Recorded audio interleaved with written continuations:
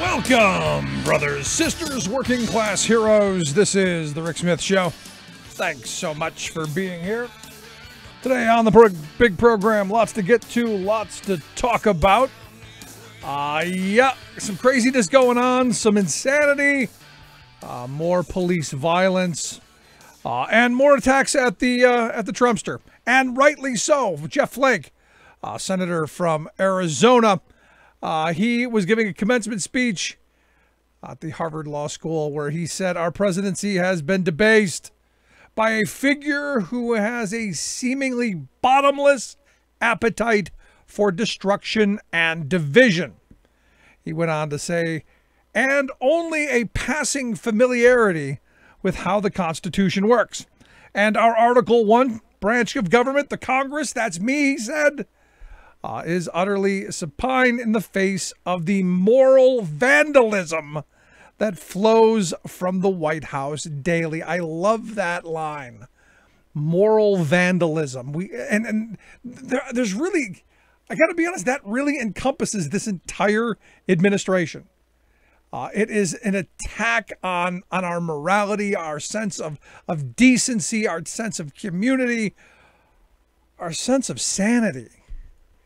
And, I just look at the news today and, again, I like drinking from a fire hose. It's been like this almost every day that this guy's been in the White House. Honestly and truthfully, it has been that kind of crazy. And it's frustrating, it's angering, but it's another one of those moments where we seriously need to be more vigilant than ever. And right before airtime, and I had a whole different direction that I wanted to go to start today off, but I happened to see this this video clip of which all too frequent. And the weird thing is, just had this conversation a couple of hours before this video dropped with one of my kids about how, in this era of everyone having a cell phone, we're seeing all of this misbehavior. We're seeing all of these things happen.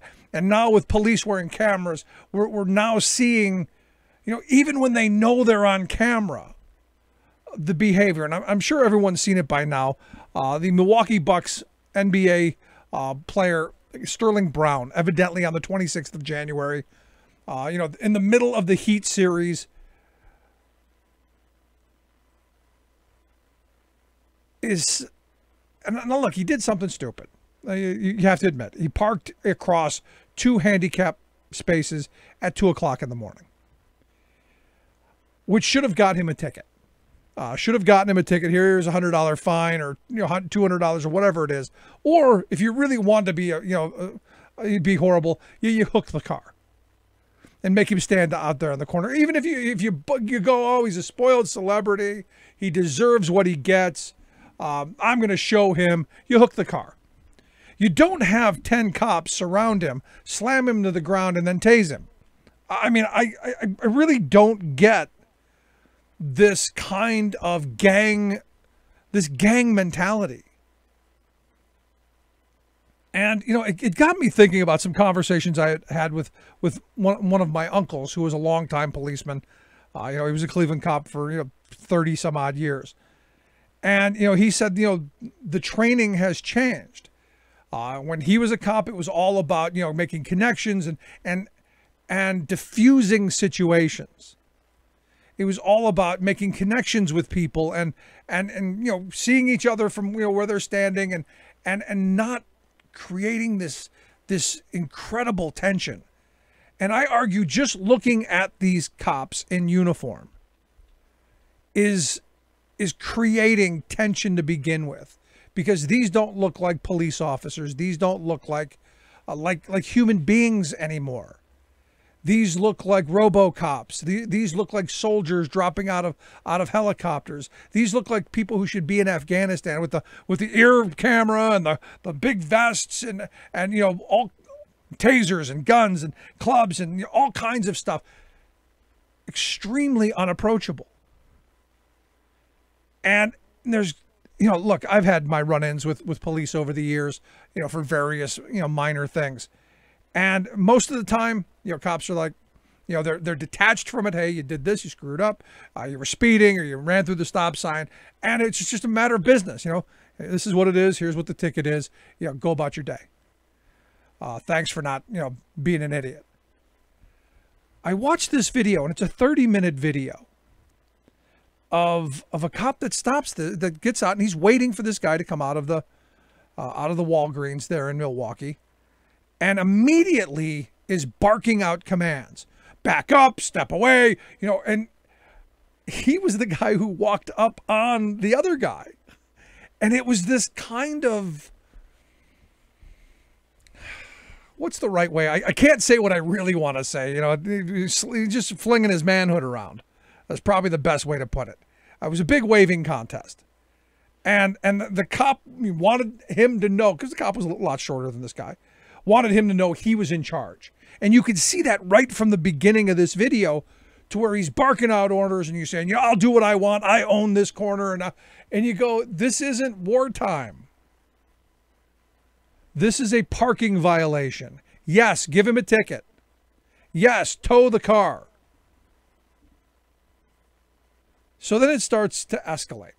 And to the NBA player's credit, to this Sterling Brown's credit, he was much more tolerant than I would have been. Much, much more tolerant. And, eventually it came to the point where, there's literally 10 cops in a fire truck. I have no idea why the fire truck was there. Other than maybe they all had money on the Heat. And they wanted the Bucks to lose that night. I don't know. But why you have, it was 7 cop cars I counted, with 10 cops and a fire truck. And you go, I don't know. I don't know why the fire truck's there. Maybe they thought they would start a fire. I don't know. But as I listened to the conversation, and it's kind of hard to pick out, as I listened to the barking of orders, it was the one guy. And all of the rest of the cops just kind of followed along. And it was that moment where I'm watching this going, does not one of you have a brain to step in and say, you know what? Hey, let's cut this right here. Give him a ticket, send him on his way. Do you think he's drunk? Do you think he's, give him a breathalyzer, give him a field sobriety test, whatever, but end this. And for a half an hour. And this is where the taxpayers of Milwaukee should be flipping mad. For a half an hour, you've got 10 cops and a fire truck parked in a Walgreens parking lot in the middle of the night, with all of probably the good portion of your night patrol resource all in one place.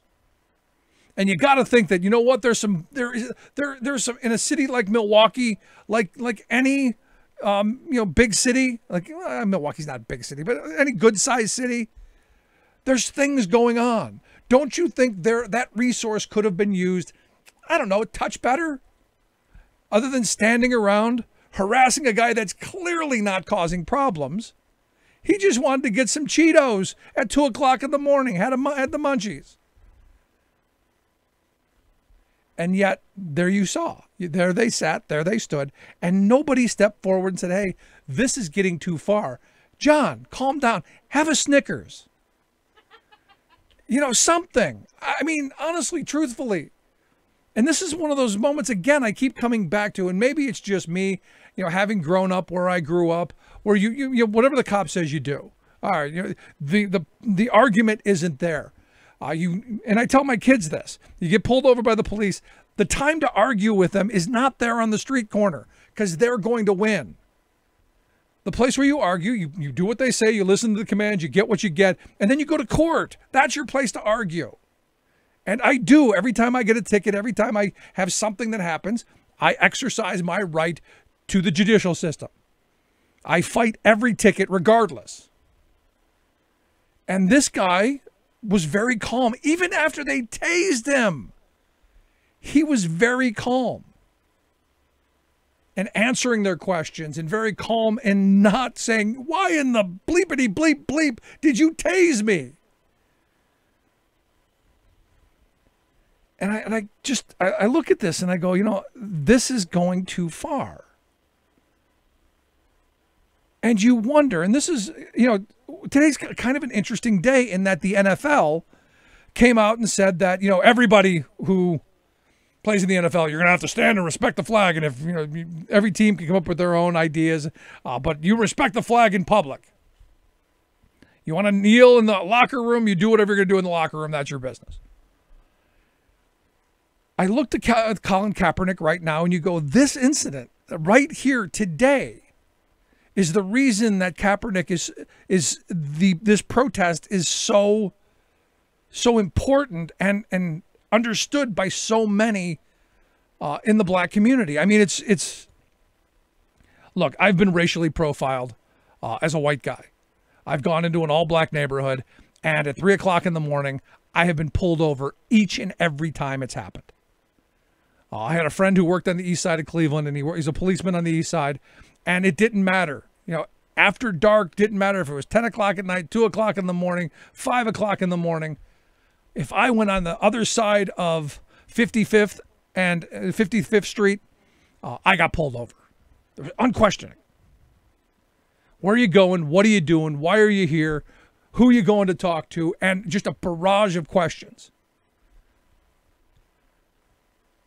They always treated me with dignity and respect. They always said, okay, you're not here to buy drugs. You should probably hurry to your destination. Don't stop at any red lights. I can't imagine what it's like to be a black guy in this country and to have that kind of treatment. Because look, some cops have given me a hard time over the years, and I've given it back and probably deserved some of the hard time I got as well. But when I see these tapes and I see this treatment and I see how quick they are to want to put their hands on people, it infuriates me. But it also scares me that these military style tactics are coming for the rest of us. And this is why everyone should care about your local police departments getting out of hand. They're getting military armaments. My little sleepy town has a tank. Little town of about 5,000 people, they have a tank. So I look at this, and again, it comes back to we had better figure this out. And look, I respect police officers. I respect the work that they do. It's a tough job. But when you go into it with the attitude that this guy went into it with, which is wanting to provoke, wanting to escalate the situation, wanting altercation, those are people who shouldn't be anywhere near a police department or anywhere near wearing a badge on his shirt. It's just my thought. I'd love to hear yours. You can share it with me, rick@thericksmithshow.com. I'm going to take a quick break. When we come back, our good friend Paul Segunda, labor attorney and professor at Marquette University, going to share some of his thoughts on the Supreme Court's decision. I'm also going to bang some of this stuff with the NFL and this Sterling Brown situation off him as well. Quick break. Right back after this. 90% of the people own 90% of the wealth.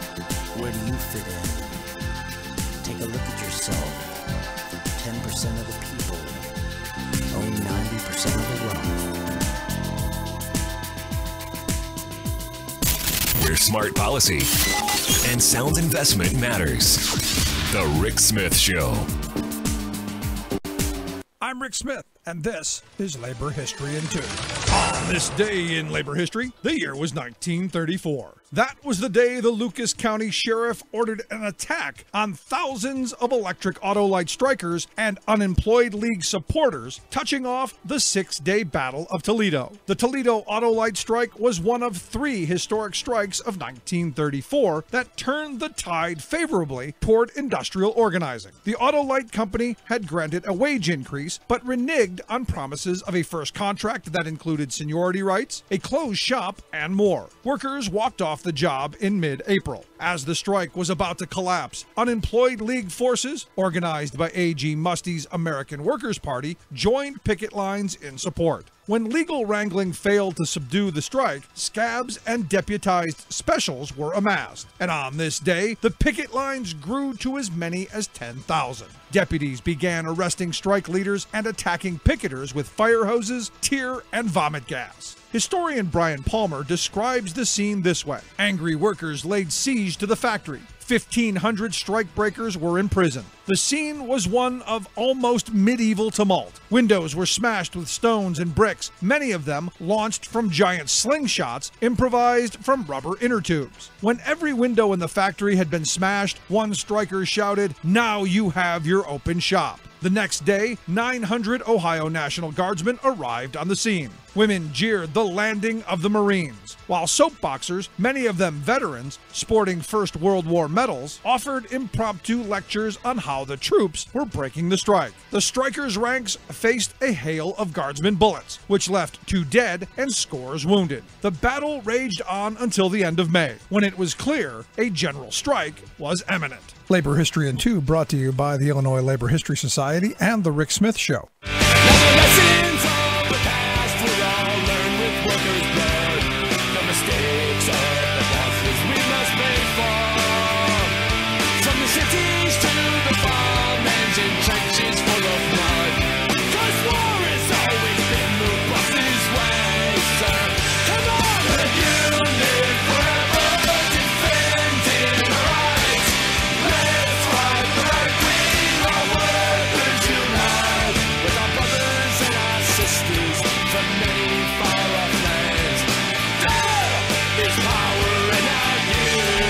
Welcome back to the Rick Smith Show. Check out the website, thericksmithshow.com. Questions, comments, something on your mind, you can email me, Rick, at thericksmithshow.com. Having a little trouble getting Paul Segunda on the line. And, here's the thing. I look at this scenario, and look, I don't envy these cops being in situations that they're in a lot of times. That's why, they get the training that they get. That's why they have, the liberal laws on their side, that if they truly are in fear of their lives, that they're able to protect themselves. I just think that's something that's gone a bit too far. When you look somewhere in the area where I'm at, a woman police officer shot a guy in the back a couple of times while he was laying face down in the snow, and she was found not guilty. And you go, how is that possible? And you look at this, and now, according to the report, these officers are going to get some discipline, and I guess the department is doing something, and they've realized that they were a bit out of it and they were wrong, and I just another one of those moments where completely out of hand. Now, anyway, the NFL has now said, and there was just the other day I was going to talk about this, that the NFL wanted to put a 15-yard penalty on anyone who kneels before the game. And which is, again, I just think really stupid. But I understand it from a business point of view, because one of the things that Trump was able to do is highlight the fact that people were kneeling, and that they were able to then, hurt the NFL and in revenue. And then you had this whole big to-do because, immediately I understood what these players were talking about, because you look at this Sterling Brown situation. Every one of those players have had something like that happen to them. And, they're driving fancy cars. They're young guys with lots of money driving flashy cars. And guess what? They're pulled over all the time. And you hear these stories time and time and time again. And to have someone say, well, there's no such thing as racial profiling, ridiculous. Driving while black is a crime in a lot of areas, just like voting while black is a crime in a number of areas, generally south of the Mason-Dixon line. And when these players took the courage to say, this is our country too, and we're going to have our voices heard over it, some people lost their minds. There's nobody going to convince me that Colin Kaepernick is not being blackballed because he started this movement. There's nobody. Because I look around the NFL, and there are a bunch of quarterbacks you go, nowhere is good. Not even close. You're going to tell me there's not a third string quarterback position somewhere open? I mean, it's quite remarkable to me. and it just is what it is. And at the end of it, it's frustrating and angering on quite a number of levels. And anyway, here to share some of his thoughts on this, that, and the Supreme Court decision, we got Paul Segunda with us. Paul, thanks for taking time for us. Hey, Rick. Nice to talk to you again. So what are you thinking about the NFL's decision that, nope, we're going to fine anyone who kneels and no more, you respect the flag, Paul, and, the teams can do whatever they want as long as you respect the flag? It's an out-and-out labor law violation, primarily because I believe it's a mandatory subject of bargaining, and let me explain that. When you are in a union, there are certain topics that before you can implement them, and particularly management implement them unilaterally, you have to discuss and negotiate with the union. Its own proposals, it has to bargain to impasse over mandatory subjects of bargaining. A mandatory subject of bargaining is essentially something that has to do with the terms and conditions of someone's employment. The national anthem is done during football games, which are part of these players' employment, and telling them that they can't kneel to show that they are protesting something or unhappy about something is interfering with their terms and conditions. So I think the NFL Players Union was right when it said, we should have been brought into this discussion. We should have been able to give our point of view for our players, and management doing this on its own without any union input is completely unlawful. Yeah, and this is another reason the right wing would say this is why we need to do away with unions. Right. Well, but the unions here are doing exactly what they should be doing, which is providing voice. See, everyone thinks that unions are about economic power and that people need unions because they wouldn't be able to bargain effectively with a much more powerful employer. And that's certainly true in most cases when you're dealing with low-wage workers. We're not dealing with low-wage workers here, Rick, in the NFL. We're dealing with multimillionaires. But what the union gives them is the ability not only to take some of the money that they earn through television revenue and ticket sales and what have you, but it also gives them voice to say, hey, a large part of the league is African American, and we really care that this has happened in our society. Various forms of police brutality, various types of racial discrimination, all sorts of things. And so the players can use their union to effectively give their views to the league and to the team owners, and they should negotiate over this. This should not be implemented unilaterally. No, I'm with you. But, it's interesting that this all came down today in your neck of the woods, I understand. I think Marquette's near Milwaukee. It is in Milwaukee. Right. That's what I meant. You've got this Sterling Brown situation that comes to light, kind of highlighting all of this, basically what the whole take a knee movement was about on the exact same day. Yeah, well, exactly. And by the way, just so people who are listening understand, this is not just a labor law issue. I think it's also a freedom of expression issue and your ability to not be retaliated against because you choose in your workplace to engage in activity. Remember, a lot of these players were doing it with other players, in conjunction with other players, and not being punished for taking a knee or any other type of conduct which you believe you have the right to engage in as a matter of kind of having voice in the workplace. But what do you say to the person, because I got this a lot, while this was all going on, Paul, that, I can't kneel, when my boss plays the national anthem, and I can't do this kind of stuff on my job. Why should they get to do it on theirs? Because they weren't called son of a bitches by the President of the United States. The President of the United States essentially turned the NFL workplace into a public forum. He made the owners listen to him. He intimidated the players, and therefore what we have essentially is state action in the workplace. Whenever there's state action in the workplace, and this is true in public employment, when you're talking about police officers or school teachers, then the employees who are subject to that state interference have constitutional rights. So I would argue that Trump made this a constitutional issue by interfering in a very large way with the players' rights, and the players dealing with the power of the presidency, have the right to respond by expressing themselves. I thought it was very interesting when this decision came down.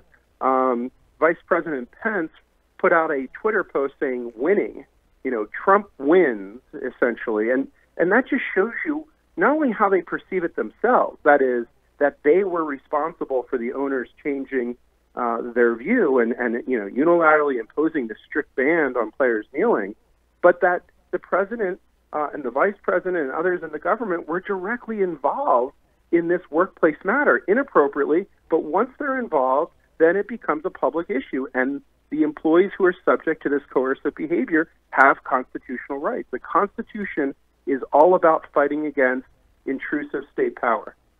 Yeah, and the message that I got from that is, especially the Pence's message is, we put those uppity you-know-whats in their place. Well, of course.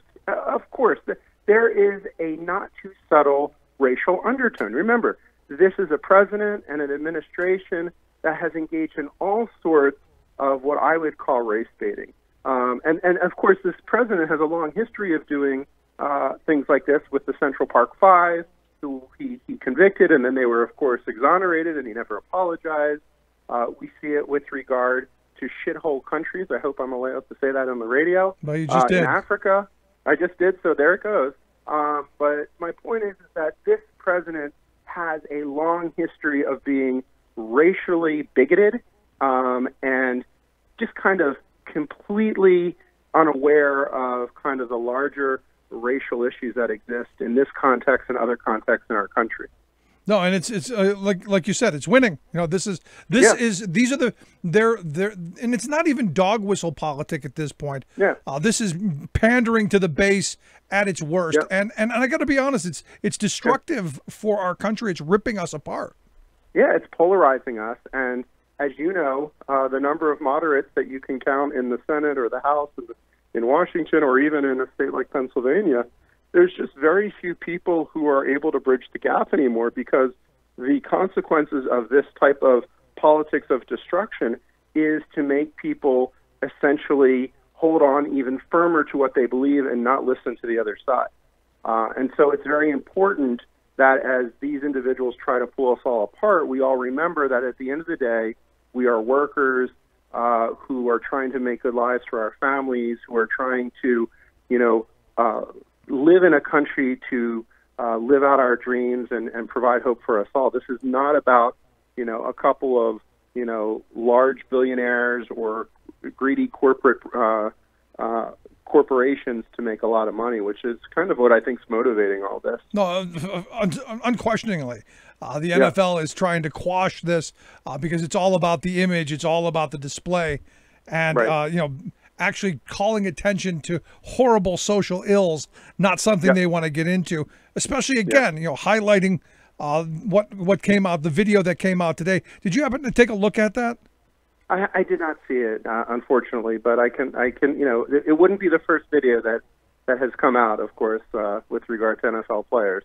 I mean, it was insane to me, and it's one of these things where at no point was this Sterling Brown disrespectful. At no point was he escalating the situation. It was all the cop escalating this, and it was I asked the question. I put this out on Twitter. I go, when did it take 7 cops to issue a parking ticket? He was clearly in violation. Issue a parking ticket or tow the car. You don't tase him. Well, and that's the point also, that what happened in Philadelphia at the Starbucks. 2 guys are just sitting there waiting for their friends, and all of a sudden 7 Philadelphia cops have them pinned on the ground with a gun to their heads in the Starbucks. And Starbucks had to issue an apology for, this kind of racial profiling of black individuals. So unfortunately, this type of white nationalism is endemic within the Trump movement. That is, we saw it in Charlottesville with the horrible events that occurred there last year. We see it in the immigration policy of this administration with the anti-Muslim ban. It's part and parcel of them making their base feel like we are no longer being respected, and therefore it's everyone else's fault. Everyone who doesn't look and act like us is responsible. That is the culture we're talking about here. No, I think you're absolutely right, and it's disgraceful. I want to move on real quick to what I originally wanted to talk to you about before this came up. And look, this is one of those things just happened, and I knew you'd be good on the issue. I'm fired up. No, as we all should be. I mean, over the last couple of days, I've just been fit to be tied over this Epic System case, which again, we've been talking about for a while, you and I. Yeah. And not surprising the way it went. But this is just another step towards returning us to the bad old days of the Lochner era, the bad old days of the 1880s and 1890s. Yeah, correct. And I tweeted on this, and I said, Judge Gorsuch was the best money that the corporations could have ever bought. The seat that they took away from Merrick Garland, President Obama's rightful nominee to that 9th seat, paid off big time this week when Neil Gorsuch wrote a 5-4 conservative liberal opinion, which basically resurrected this idea of liberty to contract, even though the contracts are being used to exploit and to take away any dignity that workers have in the workplace. To be more kind of specific about it, what this decision does is it forces employees who are not in unions into an arbitration system where they have to engage in it on an individual basis, even if their claim is group-based. In other words, even if it should be brought as a class action, the employer can simply put in what's called a class action waiver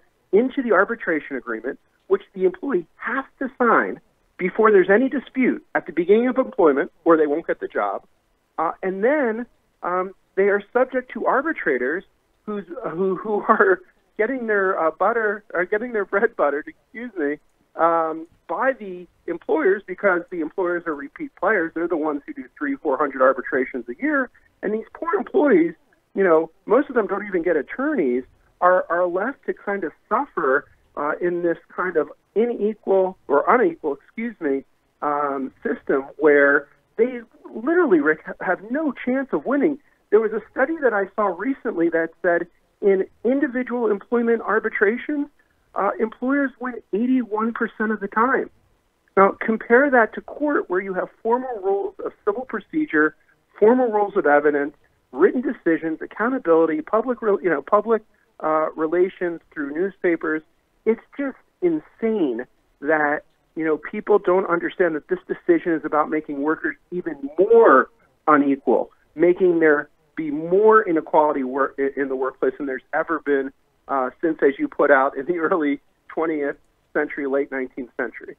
No, I mean, it's one of those things, as you aptly point out, that there's no choice here, and I like how Gorsuch started out his majority opinion, basically asking a question. Shouldn't they have the ability to do this if it's better? And I go, we should have the ability to do it if it was entered into on a basis of free will. If I had a choice to do it or not to do it, and I chose to do it, I agree. Right. But what's going on here is it's sign or die. Right. It's pre-dispute. That's the important word that people need to focus on. It's mandatory pre-dispute arbitration agreements now with class action waivers, which means even before you have a dispute with your employer, you are signing away your right to a judicial forum and potentially your right to a jury of your peers to decide your employment case. And instead, an arbitrator who is an individual who, as I said, does these arbitrations all the time for the employer, who's paying the arbitrator? The employer. Okay, and in all these cases, they're being paid by the employer. There is no accountability. There is no decisions. There's no formal rules of procedure, of evidence. To say the deck is stacked doesn't really quite get you where you're going to go. And what's going to happen is that Gorsuch essentially wrote a roadmap for employers going forward how to force their employees into these inequitable dispute resolution systems. Yep. If they wanted to solve this, by the way, it would be very easy. What they could do, and maybe this will happen once we have a Democratic Congress and a Democratic president again, but basically say, to the extent that you want to resolve your disputes by arbitration, as you just pointed out, that's fine, but it should be post-dispute. In other words, once the dispute happens, you should be given a choice. Do you want to resolve this through arbitration, which you might want to because it's faster and it has some advantages as far as cost, or do you want the ability, which is, I believe, given to people under the 7th Amendment of the Constitution in civil cases, to have a jury of their peers? Yep, and I was told I think last. that's a choice you should make. Right, I was told last night I was being hyperbolic when I said No. what this is a theft of my constitutional right to our court system. Absolutely. It's about access to justice. It's about access to a jury system. It's about taking away very fundamental liberties that are enshrined in our Constitution. And here's the thing, Rick. It's really incumbent upon the unions in this country to explain not only to their members, but to people that they're trying to organize what this case is really about, because it becomes very complicated very quickly if you get into the nitty-gritty of what's being written by Justice Gorsuch in his opinion. This case is about the ability of employees to vindicate their workplace rights, plain and simple. They will be unable to do so either because they will not have access, because in a lot of these cases, individual cases aren't worth enough money to bring them at all. You know, they would only be worth to bring if you had a class setting. For instance, this case itself was under the Fair Labor Standards Act, which deals with overtime payment.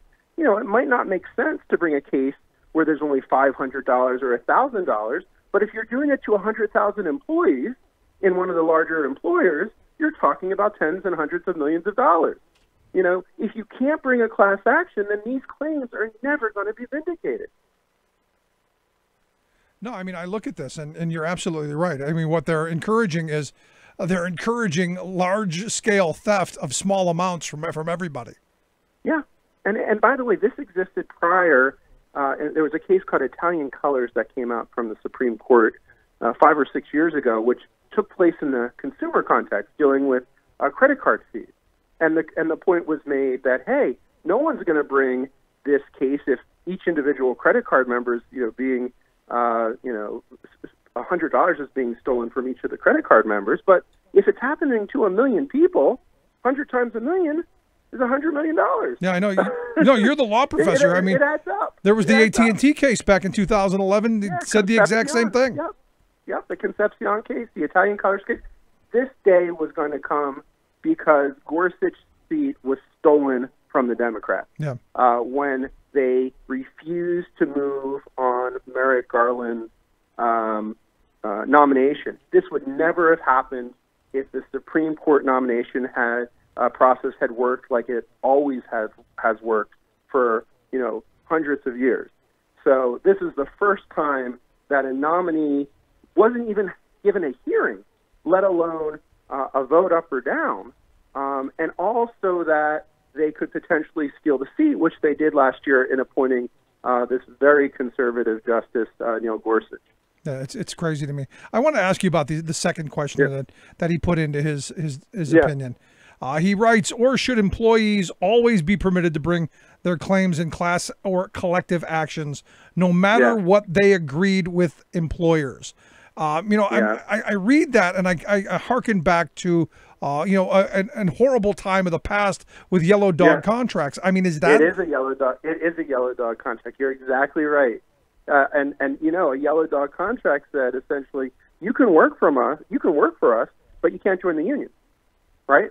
That you forfeit your right that you have statutorily as it came about under the National Labor Relations Act to join the union if you want to work for them. That's called a yellow dog contract, and that makes you unable to exercise your right to organize, to collectively bargain, to engage in protected activities. And that's essentially the way he sets up that question, as I like to say, puts the rabbit in the hat, so to speak. He answers the question by posing the question. Right. And of course, the way he poses it, it sounds, oh, of course you wouldn't want to do that, but the assumptions that go into that question are faulty. This idea that somehow all litigation is class litigation and all class litigation is bad. But that's really been the conservative view on litigation for decades now.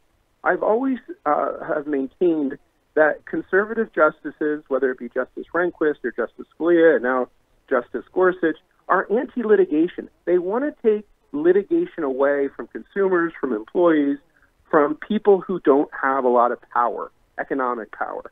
And why do they want to take away that? Because it takes away the money from those who do have power, which is the corporations, the wealthy individuals, and those who don't want to, share their money. No, I mean, you're absolutely right. And, the only way we can hold these big corporations accountable in many cases is through class action lawsuits, which are now basically, I guess, over. That it's no more. Well, you know what? It's going to take a while. I think what's going to happen is you're going to have model class action waiver arbitration agreements drawn up by organizations like the Chamber of Commerce, by the National Association of Manufacturers, by the Business Roundtable, and they're going to give them to their members. And so what you're going to see is a large increase in the number of employees who are subject to these types of agreements. And under the current law, it's going to be very hard for them to argue what we know, which is these are adhesion contracts. There's no voluntariness. There is no real consent. It's take it or leave it. Yep. And under those circumstances, it's a legal fiction to say you voluntarily agreed to arbitrate these contracts. No, they didn't. It was forced upon them by sheer economic power and the need of the workers to make a living and support their families and have the basic necessities in their life. Yeah. So I have to tell you, Rick, it's going to take a new Congress. It's going to take a new president. It's probably going to take new justices on the Supreme Court to undone this mess that has occurred, especially in the last year and a half, but even before then. No, I'm with you. Last question. I got about 30 seconds. Sure. Is there a way to undo this? I mean, someone had told me the other day that you could just go back and change the Arbitration Act of 25 to make it say what it actually says, which is it exempts labor contracts or employment. Yeah. Is that accurate? Yeah. That is accurate. You overturn the Circuit City case of 2001 and exempt employment contracts like it was meant to be under the Act in 1925. You just make it more explicit so the conservatives on the court can't interpret it around it. Good stuff. Paul, I appreciate the time. Thanks so much, man. Okay, take care, Rick. Always good talking to our good friend Paul Segunda. Quick break. Right back. Stick around.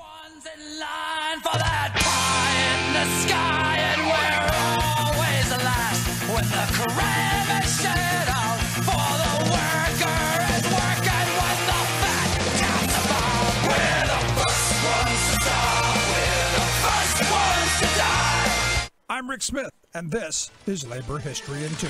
On this day in labor history, the year 3. That was the day that the U.S. Senate approved more than $300 billion in tax cuts over the next decade. The cuts barely passed. Vice President Dick Cheney cast the deciding vote 51-50. Starting in 2001, President George W. Bush proposed and pushed for a series of drastic tax cuts. The administration promised the changes would help to create jobs and grow the economy, but the results fell far short of that goal. 10 years after the massive tax cuts, the Washington Post ran a story analyzing their impact. The article stated, quote, "By any measure, the Bush tax cuts have benefited the wealthy more than the middle class. The top 20% of earners received 73% of the tax relief. The bottom 20% only received 1%. Coupled with spending on wars in Afghanistan and Iraq, the tax cuts sent the national debt soaring. And those promised jobs, they never materialized. 2001 to 2007 marked the worst period of job growth since the 1950s. Then, in 2008, the recession wiped out 8 million jobs. Many of the Bush tax cuts were designed to sunset or expire after so many years. Yet, when it came time for the cuts to end in 2010, Republicans in Congress fought to keep them going. AFL-CIO President Rich Trumka declared, "It is absolutely insane that in these tough economic times, some people want to continue George W. Bush's tax giveaways to millionaires. Working families are losing their jobs, their benefits, and their homes. They are the ones who need help." The Bush tax cuts finally expired in 2013, although new legislation repackaged and continued many of them. Like what you hear? Check out more at laborhistoryin2.com. The most important issues of the day. This is the Rick Smith Show.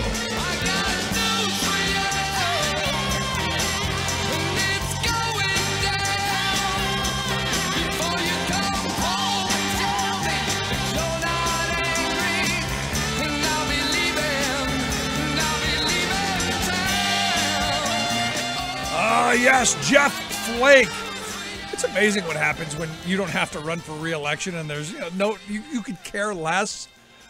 Jeff Flake giving a little commencement speech today said our presidency has been debased by a figure who has seemingly bottomless appetite for destruction and division and only a passing familiarity with how the Constitution works.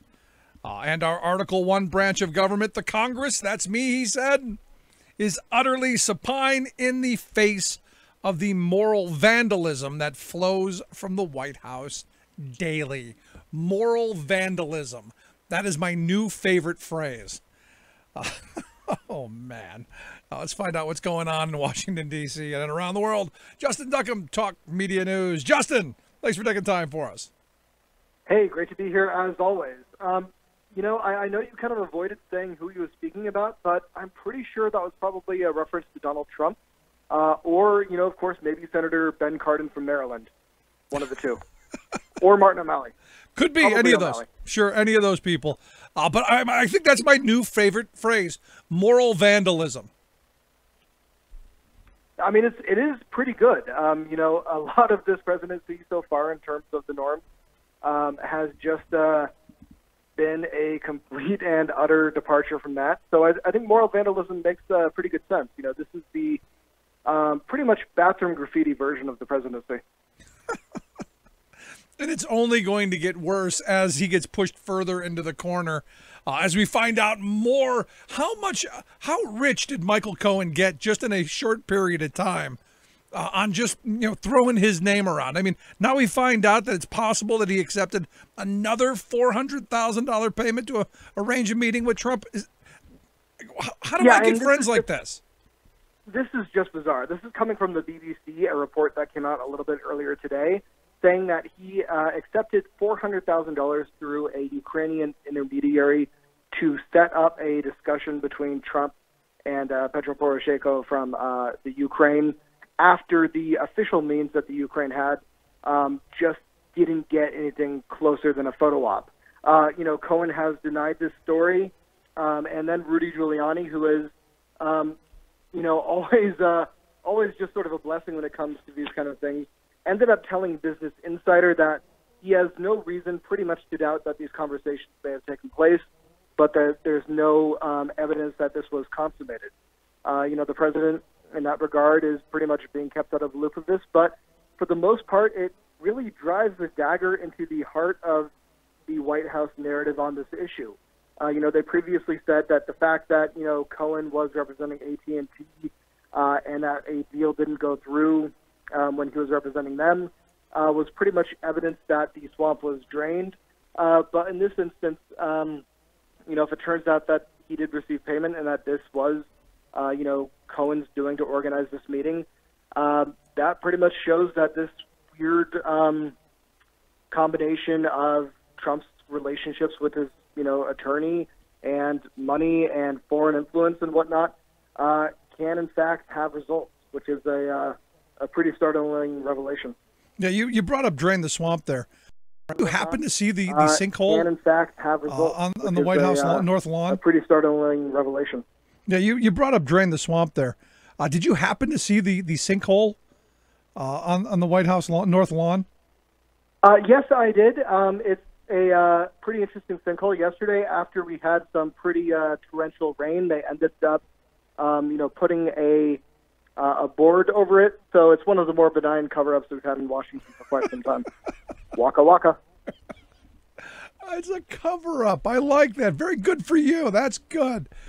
So, what are they saying caused it? I mean, just the water, the erosion underneath. Was there a secret bunker? What's going? Something had to cause the giant sinkhole.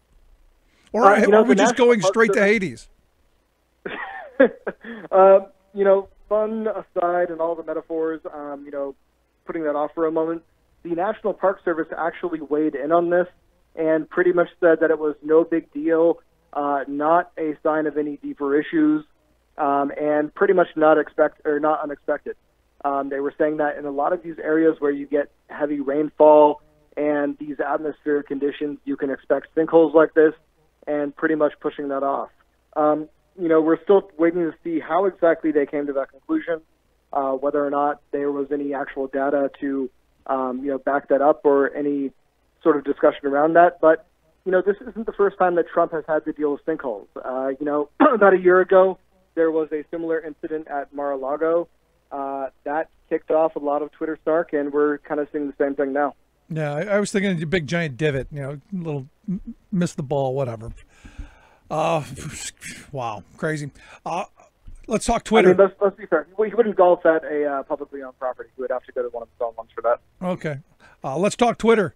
Evidently, is this accurate? A federal judge ruled that Trump can't block any Twitter users? He can't block Twitter followers who disagree with him on policy or differing views. According to the ruling, he can still block those who, offer abuse or cross the line and use obscenities when it goes in that direction. But for the most part, just simply, coming out and disagreeing with the president or telling him he's wrong or, keeping it relatively benign is no longer viewed as grounds for being able to block somebody. We probably expect the White House to appeal this. We reached out for comment a little bit earlier today and still haven't heard anything. But historically, when we see these rulings come up, that's usually a cause for alarm and comes with the expectation that, the Justice Department of the White House or, whoever is involved in this, in this case, the DOJ, will probably try to appeal it on some pretty spurious grounds at this point, considering that this was ruled as pretty much something that fell straight in line with the First Amendment and, long-standing precedent for a public forum. And that's what the ruling said, basically, that Twitter is just another form of a public space. Yeah, I mean, I looked at it, I saw this, and I'm going, well, it's kind of subjective to say, what goes over the line. I mean, what goes over the line for me might be different than you. And look, he's very thin-skinned anyway. So, I mean, to him, I would think, everybody should be blocked who doesn't agree with him and bow to his insanity or his mania. Well, actually, that's the first thing I thought when I heard about that. This is a White House that does not make much of a, difference between abuse and legitimate criticism.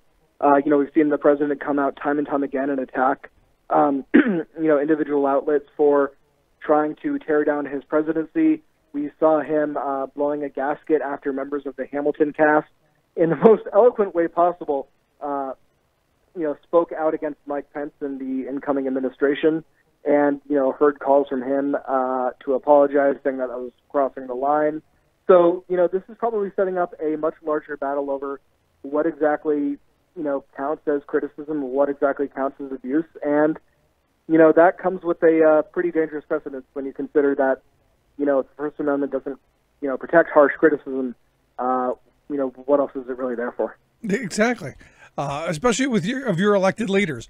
I always think back to the Larry Flint thing with Pat. I think it was Pat Roberts or Jerry Falwell. I mean, the image of his mother in an odd house and all kinds of weird stuff. And you go, if the First Amendment is going to allow that, anything I can say to Donald Trump, I don't know.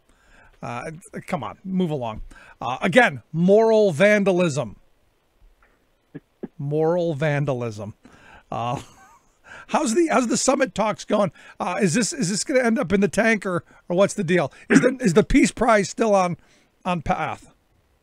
Well, luckily the president has been very clear on this issue. He has told us many times, we'll see what happens. Maybe, who knows?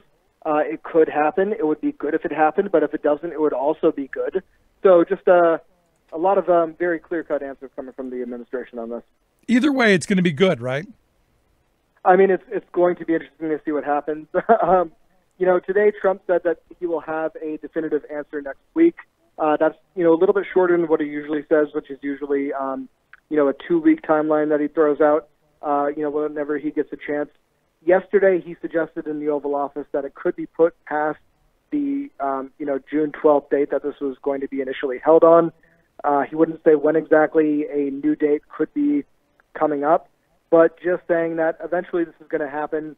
It may not happen within this timeline, but nevertheless, the White House is still planning for the summit to take place. As I'm sure you and your listeners are well aware of. They already have a challenge coin that was minted in, anticipation of this. And, a lot of high hopes and a lot of speculation from the president a couple of weeks ago, despite the fact that, it seems like things are kind of coming apart at the seams. Wow. And finally, the big news. Did you see Stormy Daniels got the key to West Hollywood? I saw a tweet about that. I don't think I saw the ceremony for that, but, that's good for her. This, of course, is a town where, she has a history with the president. That's where they watched Shark Week, according to her 2011 interview. So probably not a better place that she could have received that from. Yeah, I mean, you got to extending that 15 minutes and give her credit. She's an incredible self-promoter. I mean, it's going to be interesting. I'm not usually in the business of hot takes, but I just can't see a scenario where this does not end in Michael Avenatti running for president. He's sort of doing the proto-Trump thing. He's been a consistent presence on, progressive media, MSNBC, pretty much having the rare privilege of being able to call in whenever he wants to, really speaking to the base, kind of becoming the public replacement for Mueller in a lot of ways. And, I think we can all just kind of expect that this is probably where that's going to be heading, and God help us all. Yeah, I mean, I look at him and I'm going, does the guy ever sleep? I mean, for a while, he was on every network every day. CNN, he was like a resident. He was like a host at CNN.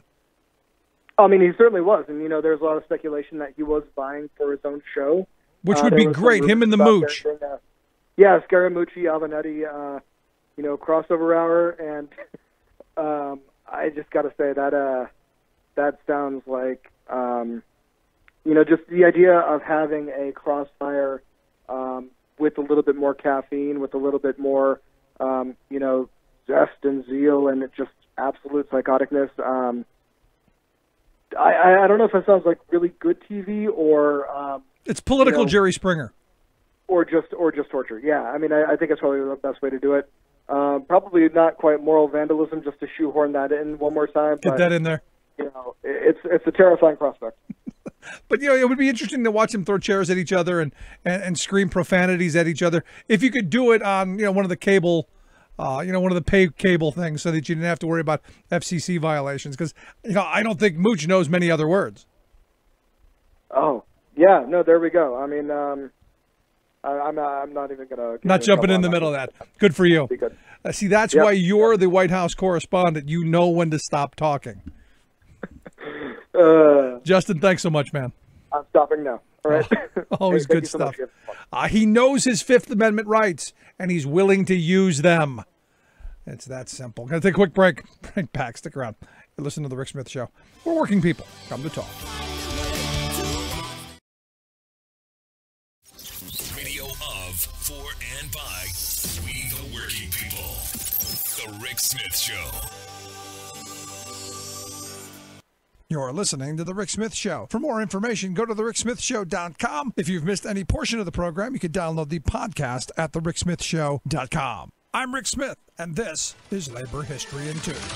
On this day in labor history, the year was 2003. That was the day that the U.S. Senate approved more than $300 billion in tax cuts over the next decade. The cuts barely passed. Vice President Dick Cheney cast the deciding vote 51-50. Starting in 2001, President George W. Bush proposed and pushed for a series of drastic tax cuts. The administration promised the changes would help to create jobs and grow the economy, but the results fell far short of that goal. 10 years after the massive tax cuts, the Washington Post ran a story analyzing their impact. The article stated, quote, "By any measure, the Bush tax cuts have benefited the wealthy more than the middle class. The top 20% of earners received 73% of the tax relief. The bottom 20% only received 1%. Coupled with spending on wars in Afghanistan and Iraq, the tax cuts sent the national debt soaring. And those promised jobs, they never materialized. 2001 to 2007 marked the worst period of job growth since the 1950s.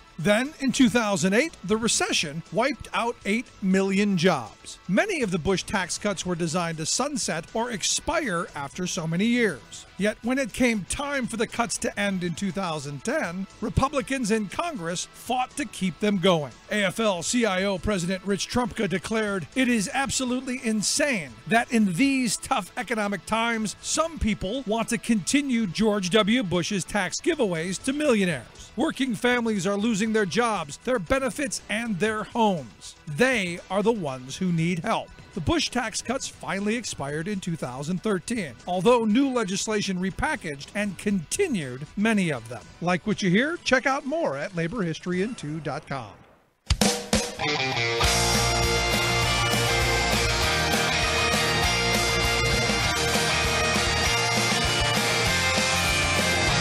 Yeah, this one's for the workers who toil night and day, by hand and by brain, to earn your pay. So you remember last September, you had the Republicans running around, saying, we need tax reform, we need our great big tax heist. In fact, House Speaker Paul Ryan was at the Harley-Davidson plant there in Wisconsin, touting how the wonders of giving the already wildly wealthy more. He said, quote, tax reform can put American manufacturers and American companies like Harley-Davidson on a much better footing to compete in the global economy. And then he finished it up with, and keep jobs in America. Had he just stopped after compete in the global economy and really helped them putting on a much better footing, that would have been accurate. We were giving them a ton of money, which certainly would have made them, well, wealthier. But he had to follow it up with keep jobs in America. And then in January, after the tax heist was already accomplished, we find out that Harley-Davidson is going to close a plant in Kansas City. Then a few days later, you find out that, that huge tax windfall, Harley-Davidson is going to buy some 15 million shares back at about $700 million. So we know what they did with their money, didn't bother sharing much of it. And now we find out Harley's opening up a plant in Bangkok. Coincidence? Me doth think not. I'm here to talk about some of our horrible trade deals, where we are with NAFTA, China, all of it. Our global trade policy specialist from the AFL-CIO, our good friend Celeste Drake. Celeste, thanks for taking time for us. Of course. Thanks for having me, Rick. So, coincidence? Is it coincidental that we gave them a boatload of cash and they bought back a bunch of shares of their stocks and they're leaving the country with our money? I wish I could say it was coincidence, but it was entirely predictable, and this is what corporations are doing, largely because they can. And I argue that we being stupid and having, again, we talked about this all in the run-up to that 50-some day ram down that they did, that this was going to happen because we'd seen it before. We've seen this bad movie before, and guess what? The sequel did not surprise. The sequel did not surprise, and I guess it's the question of I don't think we're stupid. I think the working people of America knew what was coming. I think it's just a feeling of, at this point, inevitability. Who is going to stand up for us? And clearly, on this tax issue, it's not the guy who campaigned for months and months and months about standing up for American workers, bringing jobs back to America, all of that, which is all completely incongruous and will have the opposite effect of this massive tax giveaway. So I think workers are looking around like, who do we have to rely on? And the answer, as usual, is we've got to rely on ourselves. Exactly. And we've got to push these folks in the right direction, because nobody is going to stand up for us unless we make them do it. Absolutely. So what'd you do with your $1.50? I think I used it as a down payment on a Starbucks coffee. It's a good choice. As long as you're not black, it's a good choice. Yeah. That's a cheap shot, but well deserved in Philadelphia anyway. Oh, absolutely. But the thing is we were promised $4,000. I'm still waiting for my Trump prize. Well, we're all going to be waiting for a long time, and $1.50 a paycheck, or however much. That's not, when you think about it, we have to get over the lies about putting more money somehow into the hands of CEOs and America's elites is somehow going to magically create jobs. That's not how jobs happen. CEOs don't create jobs because somebody gave them a tax break. They create jobs when there's demand and when they need to hire people. Yep. So we need to get the economy moving, and you don't do it by giving tax incentives that actually promote more production offshore. And that's exactly what this tax bill did. It actually undermines any of the positive things that this administration might be doing on trade by essentially saying to companies, hey, if you produce offshore and make your profits off there, don't worry about this game playing that we've been doing about you don't have to pay taxes till you bring it back to the United States. Now the rule is you don't have to pay taxes at all. There you go. So feel free, just move all the rest of your production. And it's really contradictory toward all these stories about, how American jobs are important and American workers are important. So if they're not important to the folks in Congress who voted for this bill, and if they're not important to the folks in the administration who were advocating for this bill, then we need to, again, show our solidarity and our unity by saying we are not going to listen to any more of these lies. We're going to go out and recruit folks, from whatever political party they might be, and say, if you're going to stand up for working people, for good jobs, for decent wages, for fair trade, for anti-discrimination, for equality for all, then we're going to be with you. No, I'm right there with you. But what really bothers me, and I hate being right, but when all of this tax talk was going on, and I argue it was rammed down our throats. Understand, it was a very short period of time, massive legislation. I know my Republican friends and Tea Party friends love to say the Affordable Care Act was rammed down their throats. That was like 11 months. This was like 50 some days. From start to finish, it was over. And we were saying all then, what's going to happen is these companies are going to move and we're going to pay their moving expenses. And I look at Harley and it's what we did. It's like wearing a kick me sign that you paid for the paper, the pen, and the tape to put it on your own back. That's exactly right. That's exactly right. And now, what's next? I mean, when things move this fast, a lot of Americans don't really tune in to politics a lot just because it's a lot of wonk speak. It's a lot of people who rely on economists as experts because they want average Americans to feel that they just don't have enough information to understand. And that's all absolutely not true. The economy really is as simple as we all think it is, and we don't need to defer to these folks who say, well, economists say if we just give the rich people tax cuts, everything will be brilliant. We need to say, what about those jobs that were promised to be saved at Carrier? Yep. And what about when Donald Trump was promising that if Ford built another plant in Mexico, he was going to give them what for? There's tough talk, and then there's real action. And we've seen some tough talk around China, that gives workers hope that, wait, we're going to do something about predatory trade and unfair trade and exploitive trade. And then, you wait a little bit and you hear, oh, well, those plans are on hold while we continue to talk to China. And pretty soon it starts looking like the same old thing where those that working people elect on promises to do something about jobs and wages are breaking those promises left, right, and center. Yeah, you're absolutely right. But on the tax thing, we love reading half the sentence, and I know my Second Amendment friends are very, very fond of only half a sentences. When we hear the half a sentence, we're going to give all the money to rich people and it's going to be great. We forget to get the rest of it, which is for them, not for us, because rich people know what to do with money. They make more money for themselves. So let me move into the trade negotiations, because that's where you're the genius in all this. You're the person who's got the pulse on things.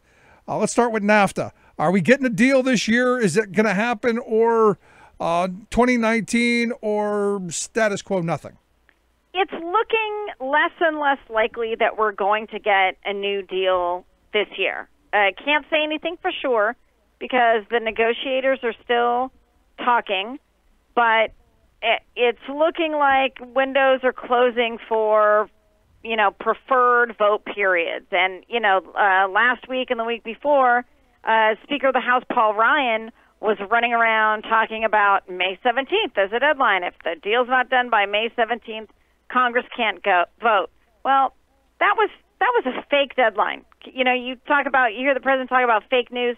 May 17th was fake news. There was nothing real about it in terms of getting that done and being able to vote on it this year. It was really just a way to short-circuit negotiations, to cut through some of these tough issues so that we couldn't get a deal that was actually significantly better for working people, that might actually have a chance of creating good jobs in the U.S. and raising wages for workers across all of North America.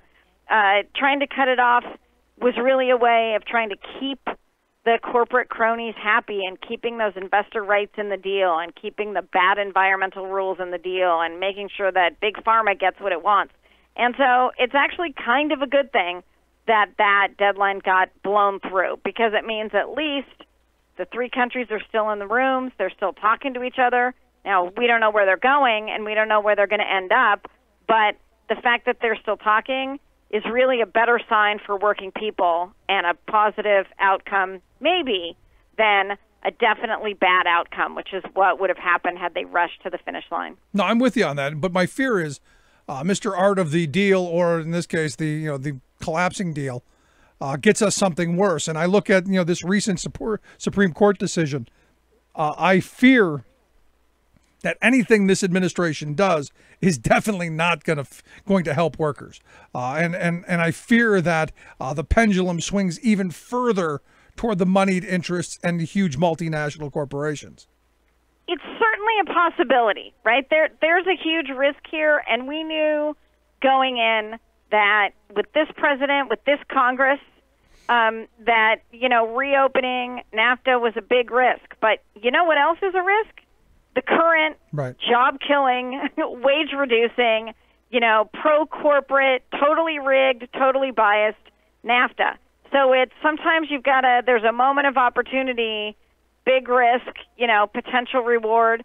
But again, you're exactly right. I mean, it's not that this president is the guy who's the champion of workers. He's said things like the minimum wage is too high, and, he's been known for not paying people for the work they've done for him. He's, outright said things that are racist, xenophobic, misogynist, all of these things, right? So it's not about trusting this guy to write the deal, but it's how can we as working people get in, he's opened a crack to say, let's review this bad trade policy. Can we sort of get the camel's nose under the tent and blow it open and really change the conversation? It's not going to happen automatically, but if we can get in the room, we can say one more time, look, we are not taking this corporate-directed trade anymore. It's time to stop letting the corporations write the rules. And we do have an ally of sorts in the United States Trade Representative. For whatever else the president is, he's appointed a knowledgeable, intelligent guy as his chief trade negotiator, and a guy who for years was talking about why U.S. trade policy wasn't working, and talking about things like social dumping, and talking about things like the trade deficit and reviving our manufacturing base. So, it's sort of like, like any time that we're negotiating in our unions a contract with the employer. They seem to have the cards stacked up on their side, but what can we do to show unity, to show power, to show good negotiating skills, and really bring that pressure to bear? And that's what we're trying to do with NAFTA. There's certainly no guarantee of a good outcome, but there's a possibility, so we're trying to push through it. Let me ask you last kind of line of questioning, because I've had people ask me a very simple question, and I don't have a simple answer outside of that. Yeah, China's probably worse. Which is worse, our NAFTA trade deal or how bad we're getting screwed by China? Well, certainly in terms of the size of the impact, it's China, and it's China all over the place, because China's economy is by some measures slightly smaller than ours, by some measures slightly larger than ours. So when China is engaging in all of these sort of predatory behaviors, whether it's labor and human rights abuses for its own workforce, whether it's engaging in outright intellectual property theft, producing counterfeit goods, whether it's forcing companies into joint ventures as a way to force investment in China as if, the companies don't want to operate there anyway. All of those things add up and add up and add up. And I think the last number that I saw was we had lost something like 3.2 million jobs to China just in the years like 2000 to 2015. And that's in comparison to 850,000 lost to Mexico going all the way back to 1994. So it's China. It's the big gorilla in the room, and fixing, even if we could fix NAFTA, that's not going to fix all of our trade woes. And quite frankly, we need to stop talking about trade in a vacuum. As we started off talking about taxes and how, this tax bill could swamp any positive effect from a renegotiated NAFTA. We've got to get all of our domestic policies in line. We need the right to form unions and bargain in a way much better than those rights are protected now. Yeah. We need investment in infrastructure and job training. We need investment in schools. We need a real, safety net and retirement system so that workers are actually secure. And then you combine that with good tax policy that's fair, good trade policy that's fair, and then we're really talking about a much better life for working people. And, right now we're sort of nowhere near that on any of those fronts. No, you're absolutely right. And it's one of those things I'm hoping front and center 2018, Democrats pick up that mantra and move forward. But for me, taking on China at this moment is important because it's only going to get worse the farther down the road we go. And I don't know where the tipping point is to where there's no going back, but I fear we're close to that. Well, I think that that's true, but we also have to give folks a sense of the of hope that things can turn around. And I look at it this way. There's been a lot of surprise elections in the United States with Trump, in the United Kingdom with Brexit, in Italy, the Five Star Movement, which is, sort of a crypto-fascist movement, got a lot of votes. And rather than sort of bemoaning, oh my gosh, people are becoming, horribly, moving to the right and, fascist and racist and all of those things, we can say what it means is people are frightened. People are stressed. So it's a moment of opportunity. And if the progressives can get together, the labor unions and our allies that we have traditionally worked with in the faith, environmental, all of these communities, and say, how do we make the case so that it's not just the fascists and the racists making the case? How do we make the case and make this a moment of opportunity?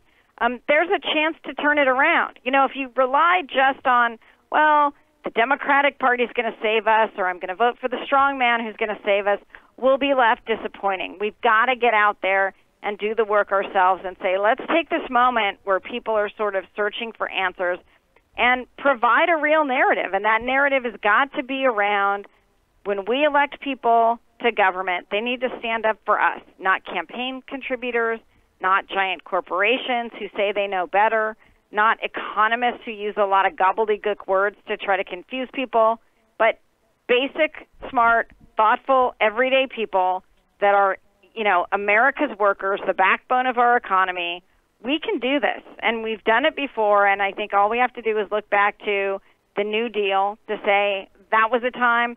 It wasn't perfect. It didn't include everybody. We've grown as a country. Let's get out there and get a new, inclusive New Deal, and that can work. But we've got to get that message going, and so we've got to start talking to, as you mentioned, talk to our Tea Party friends, talk to our, so-called patriot friends, and say, wait a minute, we do have some things in common if we can stop yelling at each other maybe we can open this door for something better. There you go. Amen, sister. Testify. Testify. Thank you. I'm right there with you. Celeste, it's always great talking with you. Please come back again real soon. I would love to. Thanks for having me. Good stuff. Our good friend Celeste Drake. She's the trade and globalization specialist there at the AFL-CIO. Excellent stuff. I love having her on. Quick break. Right back. Stick around. You're listening to The Rick Smith Show. We're working people. Come to talk. It's desperate times, so desperate measures we explore. Marching on the Capitol to lobby leaders for involvement. 3,000 people screaming out, "Where's our government?" Lawsuits and arraignments, members under company surveillance. Public divided, either they love us or they hate us. Lost billions off our back, and it's still not enough. They should have took into account that we never give up. We'll be here one day longer. One day longer. The people's voice is stronger. The people's voice is stronger. We work hard for our money. We work hard for respect. Keep fighting for these rights for generations. It's next. One day longer. One day longer. The people's Your working class radio experience, where hard work, common sense, and rational thought are a reality. The Rick Smith Show. I'm Rick Smith, and this is Labor History in 2. On this day in labor history, the year was 1934. That was the day the Lucas County Sheriff ordered an attack on thousands of electric Autolite strikers and unemployed league supporters, touching off the 6-day Battle of Toledo. The Toledo Autolite strike was one of 3 historic strikes of 1934 that turned the tide favorably toward industrial organizing. The Autolite Company had granted a wage increase, but reneged on promises of a first contract that included seniority rights, a closed shop, and more. Workers walked off the job in mid-April. As the strike was about to collapse, unemployed league forces, organized by A.G. Musty's American Workers' Party, joined picket lines in support. When legal wrangling failed to subdue the strike, scabs and deputized specials were amassed. And on this day, the picket lines grew to as many as 10,000. Deputies began arresting strike leaders and attacking picketers with fire hoses, tear, and vomit gas. Historian Brian Palmer describes the scene this way. Angry workers laid siege to the factory.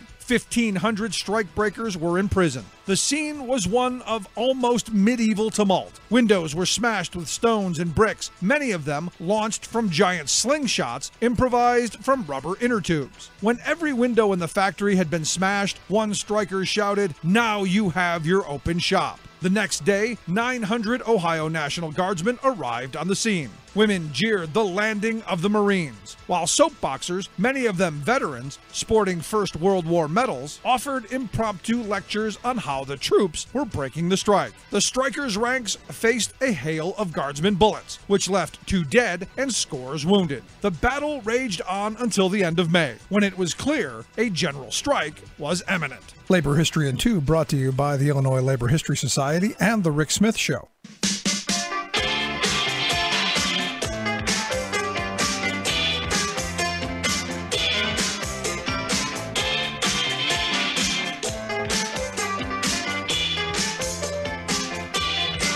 So one of the top North Korean officials evidently called Vice President Pence a political dummy. Maybe they know us better than we think. Evidently, he also threatened to call off the upcoming summit between Trump and An. And I don't know. I don't know what's going to happen. I doubt it's going to happen. I think that if it does, our strong man is going to... I think our con man's going to get conned. Just my thought. Anyway, some interesting news coming out of Arizona. Evidently, Uber is discontinuing their self-driving car operations after the fatal crash there. They've also dumped the self-driving truck, which had, I guess a couple of million miles of accident-free driving. Also, Uber stock way up. Evidently, there's going to be a potential buyout. 3 investors are looking to buy a considerable stake in the $62 billion company. I'm going, how is it that Uber is worth $62 billion? They don't actually own anything. What they do is they make their money off of cheating their workers. And yes, I'm sorry, I'm not buying that the Uber drivers and the Lyft drivers and that they're independent contractors who are self-employed, nonsensical. And what's interesting is there have been a couple of studies done to show, how much these Uber drivers make, and to tell you how desperate the economy is. And I don't care what anybody says. You keep hearing, oh, we've got a historic low unemployment.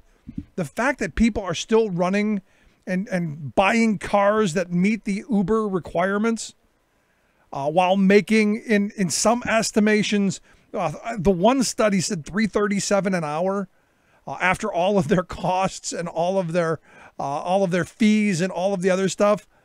Other studies have it about $10 or $12 an hour after all of their costs. And you go, really, is that worth all of the risk? I mean, you stop and think about what an Uber driver has to pay. He's got to buy the car. He's got to meet. He's got to be approved. And then you got to have insurance. You got to have insurance to carry passengers. You got to pay fuel. You got to pay upkeep. You got to pay all of that stuff. And you got to pay a fee to Uber to use their app to get people to get into your Uber. And I'm not changing the way I think on this. It's a taxi. I'm not. It's now become. I watched a movie the other day where I'm gonna grab an Uber. No, it's a taxi, you nitwit. Maybe it's just me holding on to the old ways. But you got Uber, who has come out with a study and said that their drivers make $21 an hour, somewhere between $21 and $22 an hour. And you go, yeah, stop and think about this. They make about $22 an hour, and then $10 of it is costs. And heaven forbid you have an unlucky streak. And this is the same thing the truck drivers went through. When the truck drivers were all independent contractors and their own boss, you blow a tire on a truck, $500. You blow a tire and driving your car, it's going to cost you at least $150. That's not covered by the Uber contract. That's you digging in your pocket, covering the expense. Transmission goes, that's your fault. You got to cover it. And what's interesting to me is you look at the fact that, not only all of the cost of just operating the car, you got to think about taxes, you got to think about Social Security payments, you got to think about Medicare payments. There's all kinds of money that go this way. And that's why EPI, the Economic Policy Institute, has put Uber drivers solidly in the lowest fifth of earners in this country. Now, these are people who work their behinds off. These are people who, honestly, you give them credit for go out there humping and doing what you got to do. But at the end of it, is it worth it? Now, the reality is taxi drivers used to be, somewhere solidly in the lower middle class. You could make a reasonable living. And what's going on now? Not so much. And this is the thing that bothers me, going back to the Supreme Court case. This is the thing that really bugs me in that this whole gig economy is sprouting up where you're your own boss. Oh, but here, by the way, sign this forced arbitration agreement before we'll do any business with you whatsoever. That's the future. The future is disposable workers begging for scraps. The future is, desperation. And I hate that. I hate thinking that way. But if we don't act, if working people in this country don't start sticking together and start saying, this is insane, and we're not going to create billionaires off of the backs of our laborers, we're going to continue to head down this rabbit hole to where we're going to be right back soundly in the 1880s, 1890s, powerless, working for the company store, having to go to the company doctors, using company script. We're already doing it now. They're giving out Visa cards with your paycheck on it in some places. I'm telling you, it's crazy. And it's something that we'd better figure out, and quickly. I'd love to hear your thoughts. You can email me, rick@thericksmithshow.com. Tell me what you think, what you know. Rick@thericksmithshow.com. I'm going to take a quick break. When we come back, I'm going to talk about why Medicaid matters. A mother who is not only a mother of 2 children with exceptional needs, also a patient advocate and a healthcare activist. Right back after this. Stick around. You're listening to The Rick Smith Show.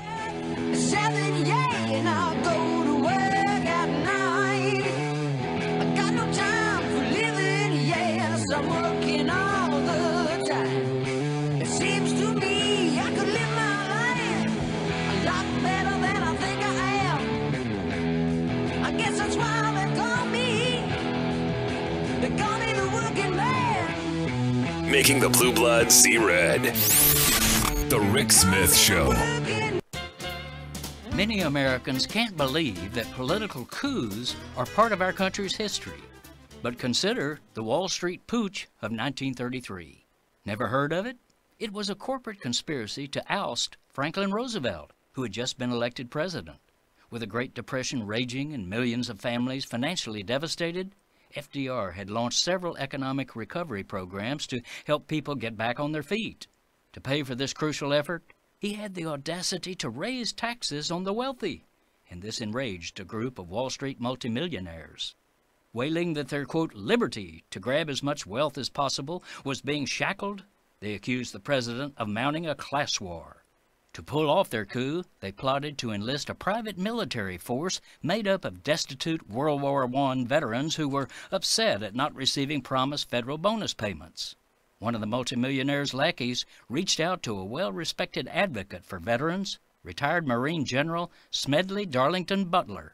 They wanted him to lead 500,000 veterans in a march on Washington to force FDR from the White House. But they chose the wrong general. Butler was a patriot and lifelong soldier for democracy who in his later years was critical of corporate war profiteering, and he was repulsed by the hubris and treachery of these Wall Street aristocrats. He reached out to a reporter, and together they gathered proof to take to Congress.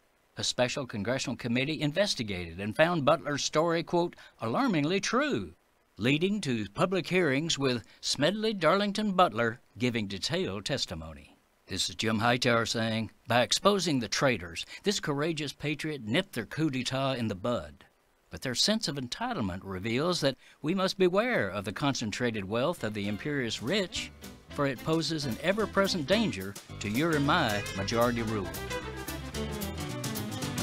Hightower's commentary is brought to you by the Hightower Lowdown. From Wall Street to Washington, this monthly newsletter reveals who's doing what to whom and why. Check it out, hightowerlowdown.org.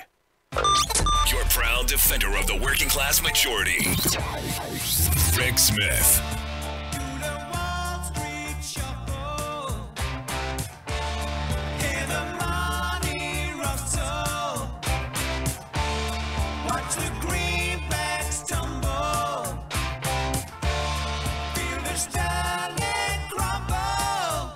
Well, some not good news today as the Senate, and this is one of those things that's just mind-blowing to me, but the Senate passed along the mission bill, which the VA Mission Act, 92-5 out of the Senate.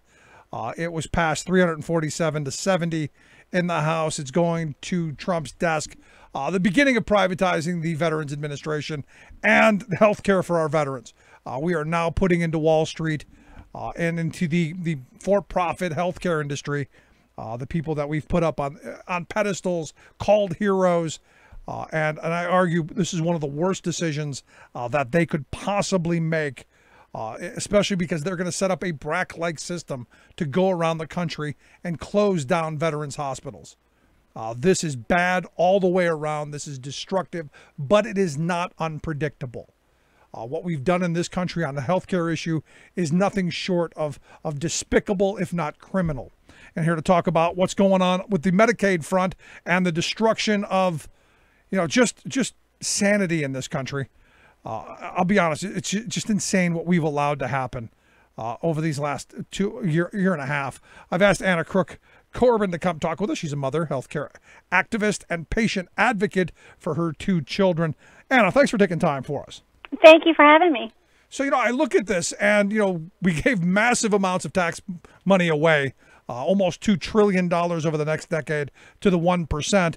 And now they're coming back and saying, Anna, we just can't afford to have that chip. We just can't afford that Medicaid. Sorry, good luck. Right. And that's what we dealt with all last year. I mean, I took my boys to Capitol Hill. We just went for our 30th trip. I live in Hanover, Pennsylvania, so it's about a 3-hour trip for us with traffic. But we kept showing up because I wanted to show these senators that my children, it's okay to see these talking heads on TV talking about CBO scores and bar graphs and pie charts and, monies. And I'm like, these are kids. you're affecting my children's lives by taking away their health care. And so we felt like we had such a victory when we were able to knock down each one of those health care bills as they came at us, that were going to block grant and cap Medicaid and repeal the ACA. And then when the tax bill passed, it was a real blow to us, because we knew it, and people don't understand that, that money's got to come from somewhere. And when they cut the taxes for the wealthy, they're going to pull that from what they call the entitlement programs like Medicaid and Medicare and Social Security, and it's going to affect all of these people who have these health issues that they can't afford to take care of without those programs. Right. I mean, the entitlements that are vital to keep people alive. But here's the thing, and I truly believe this, and you don't have to come along with me on this, but I think the guy who's running for governor out in Oklahoma is indicative of what the Republican majority right now is. And his mindset was, Anna, that, if you and your kids can make it, great. But if you can't make it, government's not going to help you. Best of luck. We shouldn't keep you around. I'm going to be honest with you. That's nothing unlike anything that I've seen in comment sections on the speeches that I've given or tweets that I've made. So that's a common consensus around this country that, I hear a lot, you shouldn't have had your children. Your children should have never been born. That's the kind of mentality some of these people who are voters have, is that, these kids should have never been born, and now that they're here, nobody should take care of them because they don't deserve it. And it's heartbreaking. It's heartbreaking as a mother. But, I've fought for my kids since the day they were born. That's something that you have in you from the time you become a parent, particularly when you're a parent of children with long-term healthcare needs. And, you learn to fight the doctors, and you learn to fight the insurance companies, and you learn to fight with family members that don't agree with what you're doing. And so if I have to fight the government, I've been preparing for this for a while, and I'll just keep going. Yeah, you're fighting for your children. There are times, though, when I meet those people, and like you, I'm sure you've met a bunch of them. I then start to say, maybe I should advocate for, 150th term, abortions. Unlimited cases, certain people who let's just take them out. That's not funny, and it's not nice. But there's sometimes I think this way because, there are people who just have such just despicable thought processes. And to tell a mother that her children should have never been born and that they don't matter, if that isn't the source of evil and just absolute cruelty, I don't know what is. I totally agree, and it's a shame because, and now I will say this, for all of those comments, we have the positive comments. We have the people who, now that moms and dads like me and my husband and the other families that we've met that are fighting for health care for their kids too, it's really encouraged us to speak up and speak out. I always laugh and say we were a very private family. We really didn't tell anyone that my children were on Medicaid.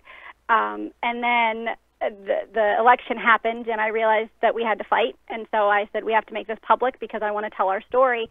And I am pretty sure my in-laws found out that their grandchildren were on Medicaid when the first article came out about us.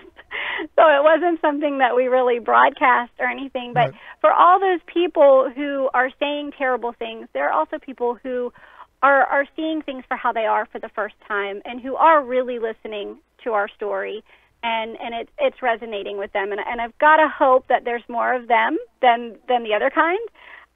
But you never know. No, I sure hope you're right. But here's the thing: when your family found out that your children were getting Medicaid, was that hard for you? I mean, was that because we've put a kind of a stigma on this, even though Medicaid is one of the biggest insurers of children and the elderly in this country. It's one of the main parts of our social safety net, especially for the elderly and long-term care. Was it something of a hit to your pride? I mean, I'm curious how you took that. Not really, because what was a hit to our pride was not being able to provide for our children when we didn't have Medicaid.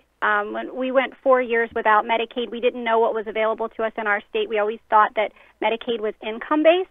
But we live in Pennsylvania where they have the PH95 waiver, and what that means is that children who have disabilities or long-term medical needs, they qualify for Medicaid regardless of income. we were not aware of that until 4 years into the boy's diagnosis. We were receiving care out of state at Johns Hopkins, and since Medicaid doesn't cross state lines, we never knew that that was available.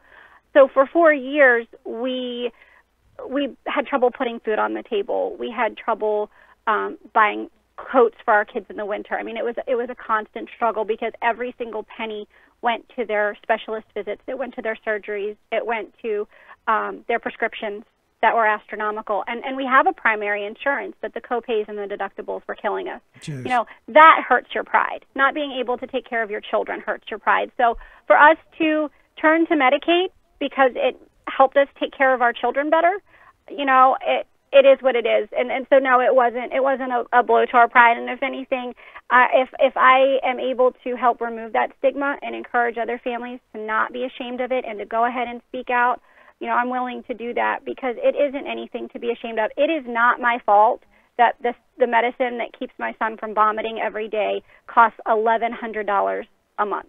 That's not my fault, you know, and so we did what we had to do because the costs are too high. If the healthcare costs in this country could be controlled, we wouldn't need Medicaid, but that's not the case.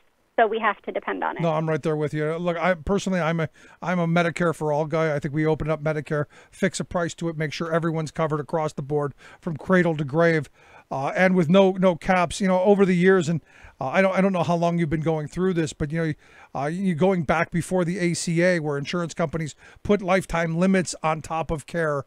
I've known numerous families who they had to quit jobs and try and find other jobs with different insurance so that their kids who may have had leukemia or, you know, you name the illness. There's, you know, unfortunately thousands of them that, you know, they couldn't get any more insurance and they were going bankrupt. Absolutely. And so that's why it's not just the cuts to Medicaid that we're worried about. We're worried about the ACA repeal because the ACA repeal protects our children.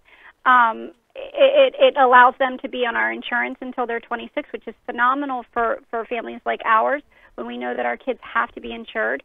But also just not being able to be discriminated against because, I mean, when you have a genetic condition like my kids have, when you have Noonan syndrome, you know, that's a whole caseload of pre-existing conditions. You know, they see 5 specialists each, you know, and they're going to have this for the rest of their lives. And I don't want them to live the way we were living if they decide to have children, you know. And when the ACA passed, it was just such a relief for us because we knew our kids were always going to be taken care of. And you know, here we are, and it's under attack, and we didn't think that would happen. And all that relief that we felt is gone. Yeah, that's got to be hard on you, and I'm sorry you're going through this. You know, as I was reading through some of your writings and some of the things that you put out on Twitter, you know, one of the things that came out that I hear quite often with people in situations similar to yours is that you actually had considered at one point you and your husband divorcing, so that you could get insurance, so that you know, any number of reasons. And you go, really, the people who tell us they're the party of family values are pushing policies that are forcing families like yours into that kind of a dilemma? Is that really the party of family values? Exactly, and that it's heartbreaking to me. But we did. We sat. You know, you sit and you do anything. You know, you think, what can we do? We explored all our options. And one of them was, you know, maybe we separate. Maybe we separate, and then I take the kids, and then we can get them on Medicaid, and we can get, you know. And like I said, at that time, we didn't know what was available to us in our state, and that's a whole other issue with families not being informed of what is available to them and what options they have. I've also used this platform to be able to expand that to families and say, you know, you're eligible for this, and you can get this help. You don't have to struggle, you know. Because we didn't know. I would have given anything. I found out on Facebook from a fellow Noonan syndrome mom who lives in Philadelphia, and she said, "Hey, you know, there's a waiver in Pennsylvania," and I had no idea. No, I mean it's important that information gets out. But you know, in any civilized society, especially the wealthiest society in the history of the world at its wealthiest point, you know, taking care of children just seems like it should be, you know, taking care of your most vulnerable should be the simplest of of parts to this. And I go back to, I look at all of the 60-some votes to repeal the ACA. I look at Trump and the Republicans really, doing the hard press these last 18 months to destroy and just defund this life support hand. And it just says, have we evolved, as someone said in the chat room, have we evolved into a new species without empathy? I wouldn't doubt it. I know that's terrible, but the things I've seen and the comments that I've heard and just watching those votes, like when I think back to the crucial night, the night is so vivid to me, the night that John McCain put his thumb down and voted no, and I jumped up and was screaming, and I ran upstairs, and I woke up my husband, and I said, it didn't pass, the bill didn't pass. And I thought to myself, I have spent so many sleepless nights by my kids' bedsides, hoping the fever would break, hoping they make it through the night. And there I am, and we've kind of hit a plateau with their health where we've got them kind of, it's up and down, but we're hitting a good streak right now where they've been reasonably healthy, and I'm up at 2:30 in the morning watching my government vote whether or not my kids are going to lose their health care, and it's absurd to me that this is happening, that our government is attacking our children, because people say that I'm being drastic when I say that. That's exactly what they're doing. Most of the Medicaid recipients, many of the Medicaid recipients are children in this country with the CHIP program and with Medicaid, all of that, and when they're looking to cut it, they're looking to attack our kids, and I don't know why they're coming after them. Well, because they can, and because they're greedy. I mean, at the end of the day, it is all about the money. It's all about taking that pot of money and giving it away to big corporations and the very wealthy. Because I mean, at least that's what I've seen. That seems to be the MO. But I listened to your story, and I got to tell you, it's heartbreaking to hear that there are people who are up at night worrying. If they're not just worrying that if their children are going to be okay, but if they're going to be able to see a doctor. I mean, that's kind of insane to me. Yeah, and it's true, and it's again, I'm nobody special. There are millions of families out there like mine. No, you're right. It could happen to any of us. And so it's really sad that's what we're doing. That's how we spent last year. We spent last year, I was checking Twitter constantly. Is there a new bill? Oh, Graham Cassidy, the skinny repeal. Constant monitoring and wondering what was happening and trying to figure out the details. I went from just being a mom to, I feel like, a policy wonk that's like knows all these terms and reading bills and understanding what's going on, because they're attacking my kids. So in order to fight back, I have to be able to understand what they're talking about so that I have something, I know what I'm fighting, and I understand it enough to move forward. Good on you. Last question I've got for you. Let's say they take this away. They take Medicaid away. What happens to your kids? I mean, I've heard horror stories. I'm curious what you think happens. Well, what happens, and I say this all the time, when it comes down to, we often use the rhetoric of you shouldn't have to choose between a gallon of milk or a prescription. That's kind of silly to say, because I'll tell you, there is no choice. You pick up the prescription. We will go back to doing what we always did. We've been through my husband and I talk about this all the time. We're good at being poor. We know what to do. We'll take care of our kids. We'll take care of their health. We'll probably go to bed hungry some nights. There'll be some nights milk's not in the refrigerator, and we'll make do. It's not so much what we'll do, because we've had the experience. My heart breaks for the families who are going to be blindsided, the families who have no idea what's coming at them. We've already done it once, so it'll be a struggle, but we'll do it again, as hard as it'll be. But I can't imagine what it'll be like for the families that are about to go through it for the first time, because it's not easy. It's amazing stuff. But Anna, I appreciate you sharing your story and coming and talk with us. Best of luck to you, and I look forward to talking to you again. Wonderful. Thank you for having me. Thank you so much, Anna Crook. Corbin, I mean, you look at it, and it's sad. I mean, look at what's going on in Louisiana right now, where they've sent out letters to 37,000 people saying, hey, you know what, your Medicaid might be cut off. Good luck. Make other plans. You quadriplegic woman, you might be out in the streets. Sad, scary stuff. Quick break. Right back. Stick around. You're listening to The Rick Smith Show, where working people come to talk.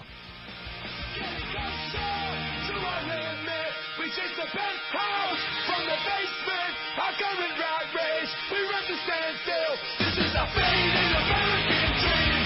I've got no time now.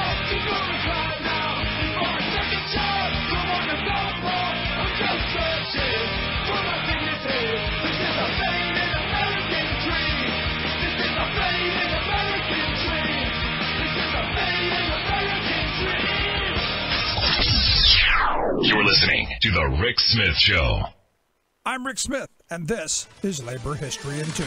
On this day in labor history, the year was 2003. That was the day that the U.S. Senate approved more than $300 billion in tax cuts over the next decade. The cuts barely passed. Vice President Dick Cheney cast the deciding vote 51-50. Starting in 2001, President George W. Bush proposed and pushed for a series of drastic tax cuts. The administration promised the changes would help to create jobs and grow the economy, but the results fell far short of that goal. 10 years after the massive tax cuts, the Washington Post ran a story analyzing their impact. The article stated, quote, "By any measure, the Bush tax cuts have benefited the wealthy more than the middle class. The top 20% of earners received 73% of the tax relief. The bottom 20% only received 1%. Coupled with spending on wars in Afghanistan and Iraq, the tax cuts sent the national debt soaring. And those promised jobs, they never materialized. 2001 to 2007 marked the worst period of job growth since the 1950s.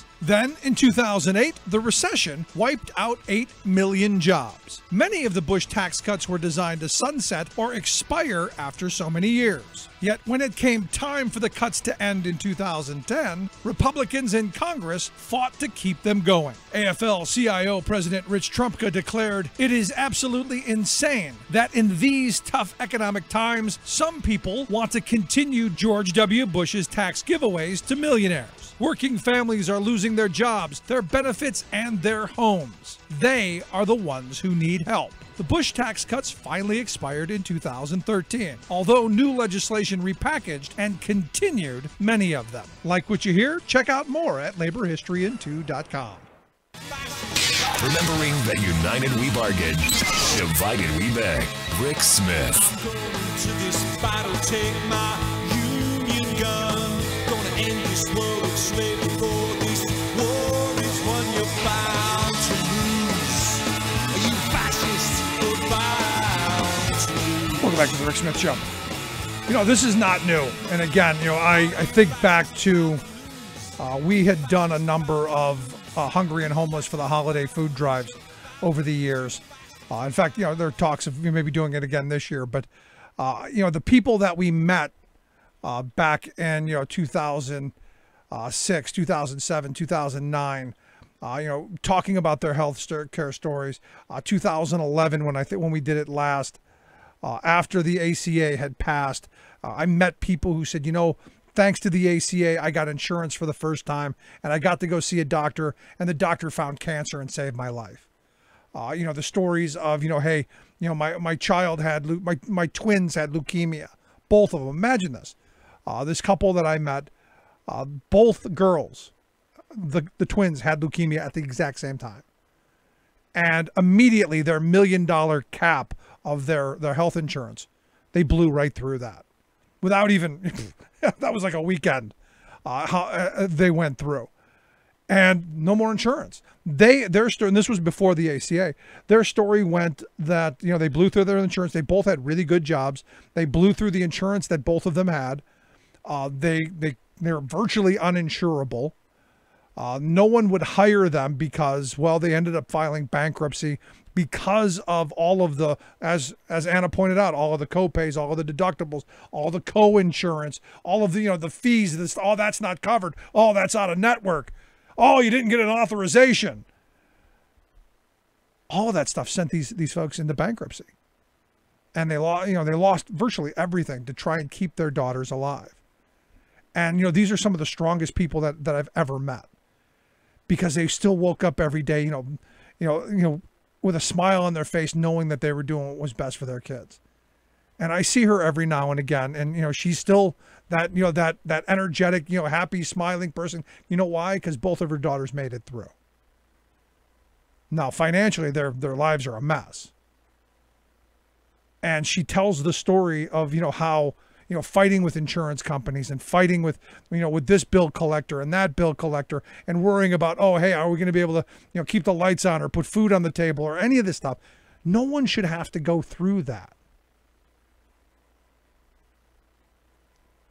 And for some of us, and I put myself in the category of being very fortunate throughout my work life, that I always had really good insurance, that I never worried about getting sick. I never worried about if the kids fell and broke an arm or something, because I knew I was covered.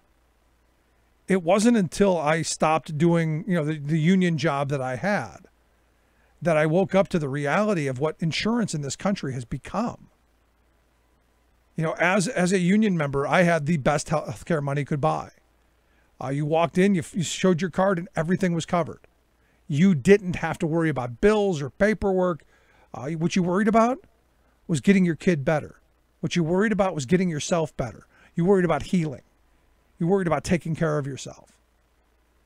And, you stop and think about it for a minute. Imagine that you're ill.